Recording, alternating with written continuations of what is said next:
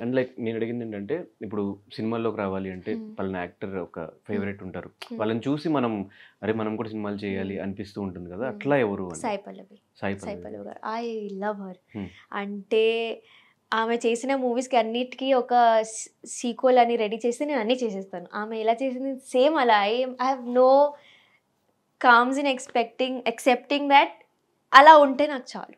తను కూడా same yeah! Dance exactly. Background నుంచి వచ్చి స్టార్ అండ్ హీరోయిన్ అయింది. అంటే she is exploring as a dancer also. Yes. In every movie yes. 'Shyam సింగారోయ్‌లో' ఐ థింక్ అలా ఒక సాంగ్ నా జీవితంకి నాకొస్తే ఐ థింక్ ఎనఫ్. చాలు హ్మ్. నాకది. హ్మ్. ఆమెకి the audience respects her in some other way. And yeah! I think she's magical. But అలాంటి పెర్ఫార్మన్స్ చాలా 'డీ'లో చూసాం ఆల్రెడీ. 'డీలో' అలాంటి పెర్ఫార్మన్స్ చేయలేదు నేను. హ్మ్. ఇట్ ఈస్ సో ఉన్నాయి కానీ ఒక సినిమాలో చూడడం వేరు. హ్మ్. ఫోన్‌లో, యూట్యూబ్‌లో చూడడం వేరు. So what is the toughest performance నువ్వు చేసిన my dance? The performance I did for my mother. మమ్మీకి ఒక ట్రిబ్యూట్ చేసి ఒక పెర్ఫార్మన్స్ ఇచ్చిన. అది దట్ వాజ్ నాకు శశి మాస్టర్ ఇలా ఫ్రీడమ్ ఇచ్చేసారు. This is you are performing for your mother. నీ లైఫ్ స్టోరీ ఇది. సో నీకేం డైలాగ్స్ కావాలి? నువ్వు అందరితో మాట్లాడు. ద పర్సన్ రైటర్‌తో కూర్చో. సాంగ్ డిస్కస్ చెయ్యి. So hmm. It was like that performance is like my life. నా లైఫ్ మొత్తం ఆ పెర్ఫార్మన్స్‌లో ఉంది. అండ్ మమ్మీ ముందు అదే పెర్ఫార్మ్ చేసిన. And it was a very critical performance. ఎందుకంటే సోలో పెర్ఫార్మన్స్. డీలో యూ నెవర్ పెర్ఫార్మ్ సోలో. గ్రూప్‌తోనే చేయాలి. కానీ that was one single solo.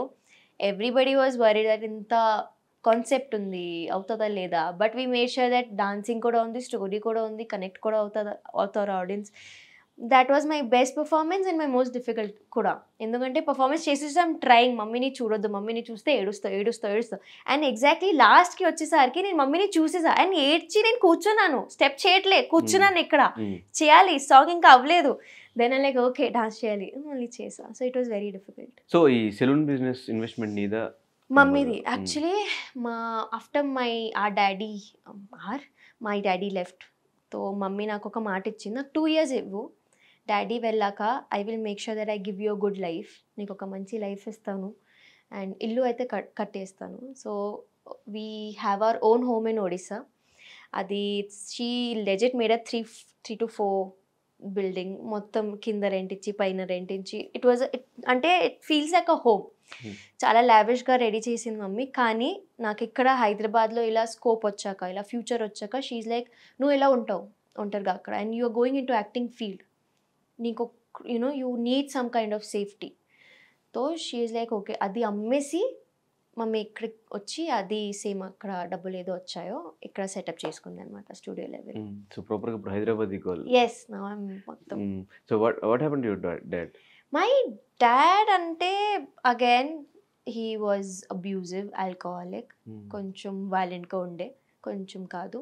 So again చిన్నప్పుడే when I was I think 5 years old అప్పుడే మై పేరెంట్స్ గాట్ సెపరేటెడ్ అనమాట. అప్పటి నుంచి డాడీకి కూడా I think he never asked about me. I never asked about him. మమ్మీతో మాట్లాడుతారు. అది కూడా చాలా అప్పుడప్పుడు. కానీ ఇప్పుడైతే మాటలు లేవు.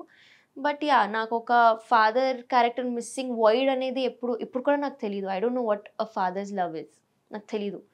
సో నేను అందుకే ఓకే. అంత నీ బేగా ఏజ్ 5 ఇయర్స్ ఉన్నప్పుడే ఆయన సో ఎళ్ళిపోయారు. I don't even remember. Hmm. మధ్యలో he came back when I was 13 again. కానీ అప్పటికి నాకొక మెచ్యూరిటీ ఉంది. నాకర్థమైంది ఇది తప్పు. So when same things started happening. He started boozing, started beating my mother. So నాకర్థమైంది దట్ ఇది వద్దు లైఫ్‌లో. ఈ మనిషి వద్దు లైఫ్‌లో. నేనే చెప్పినాను నాకు మీరొద్దు డాడీ ప్లీజ్ వెళ్ళిపోండి. మీరెక్కడ ఉంటే నేను మమ్మీతోనే ఉండను. నేను వేరేగా ఉంటాను కానీ మీతో మాత్రం ఉండను. That day again my family something they spoke that is on family. And finally that person was out of our lifes. And అప్పటి నుంచి ఐ థింక్ అప్పుడు కూడా we didn't have a need of that person. Hmm. ఇప్పుడు కూడా లేవు. So me and mummy are okay. We are happy together. Hmm. But ఖచ్చితంగా ఒక పెద్ద దిక్కు ఉండాలి ఇంట్లో అంటారు. చిన్నప్పటి నుంచి లైఫ్ ఎట్లా లీడ్ చేశారు మీ ఇద్దరు కలిసి మదర్ అండ్ మీరు? That is again a miracle ఎలా లీడ్ చేసామని. కానీ నాకు my mama takes care of us. My hmm. Mama is there. So he is always there. ఒక బ్రదర్ లాగా మమ్మీకి, నాకు ఒక మామయ్య లాగా.